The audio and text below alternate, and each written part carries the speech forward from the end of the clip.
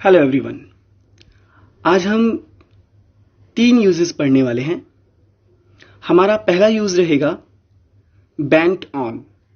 Bent on मतलब कोई काम करने पर तुला हुआ है।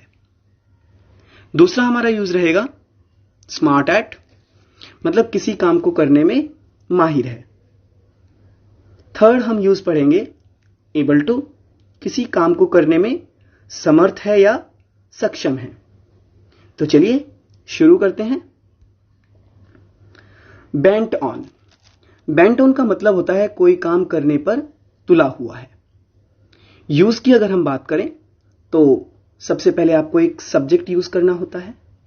उसके जस्ट बाद में आप लगाते हैं कोई helping verb, is, am, are. Bent on इसके बाद में आता है।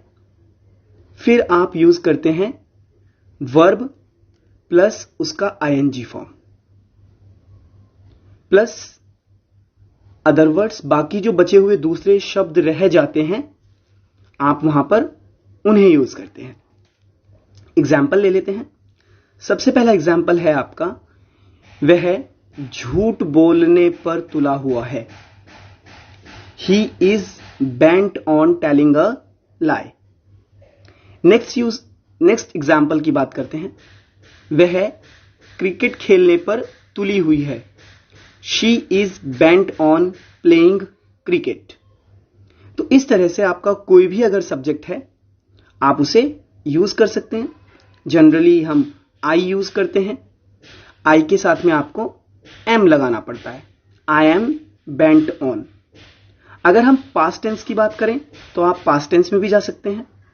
वहां पर आप इज, एम, आर के बजाय आपको यूज करना होता है वॉज। अगर आपका सब्जेक्ट प्लूरल है तो आपको यूज करना होता है वर। तो इस तरह से डिपेंड कर जाता है सब्जेक्ट पर। और सेंटेंस आपका बन जाता है वह झूठ बोलने पर तुला हुआ था। यह है की जगह आपका था आ जाएगा और यहां पर इज के बजाय आपको यूज करना पड़ेगा वॉज। बस इतना सा चेंज आपको करना है और आपका सेंटेंस पास्ट टेंस में बदल जाएगा। क्वेश्चन की बात कर लेते हैं। How to ask a question. Are you bent on plus verb ING plus other words.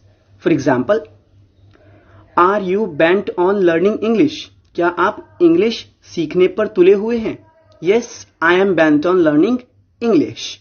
हां, मैं इंग्लिश सीखने पर तुला हुआ हूं। No, I am not bent on learning English. आगे बढ़ते हैं नेक्स्ट रूल की तरफ। स्मार्ट एट, किसी काम को करने में माहिर है। रूल बिल्कुल वही है, इज, एम, आर सब्जेक्ट के साथ plus smart at plus verb ING plus other words. Example, वह बहाने बनाने में माहिर है। He is smart at making excuses. वह क्रिकेट खेलने में माहिर है। He is smart at playing cricket. She is smart at speaking English. They are smart at learning English. तो जो भी आप सब्जेक्ट लगाना चाहें वो लगा सकते हैं और आगे बढ़ सकते हैं।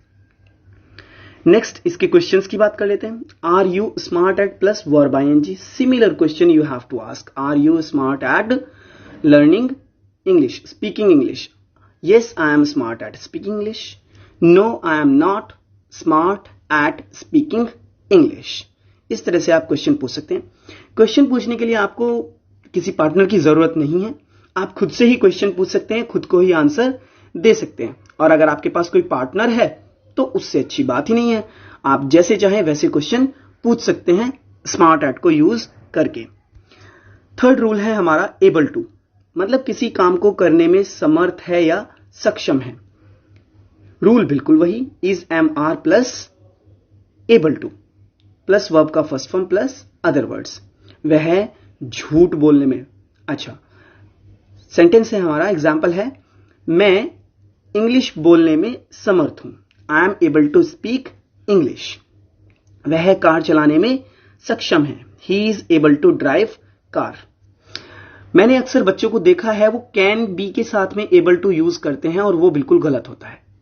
कैन बी के साथ में एबल टू का यूज नहीं होता।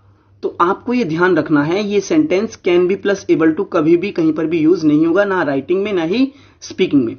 बच्चे जब सेंटेंस लिख रहे होते हैं तो बोलते हैं I can be able to, she can be able to, he can be able to, they can be able to, और वर्ब का फर्स्ट फॉर्म जोड़ देते हैं, जो कि गलत होता है, ऐसे यूज नहीं किया जाता।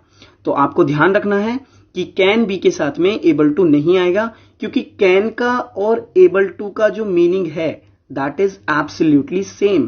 कैन का मतलब भी यही होता है कि कोई काम कर सकता है, किसी काम को करने में समर्थ है, सक्षम है, और एबल टू का मतलब भी यही होता है, सक्षम है, समर्थ है, कर सकता है, किसी काम को करने के लायक है। क्वेश्चन बिल्कुल, are you able to plus verb का first form plus other words, क्या आप इस काम को करने में सक्षम हैं? Are you able to ride bike, क्या आप बाइक चला सकते हो? क्या आप बाइक चलाने में समर्थ हैं?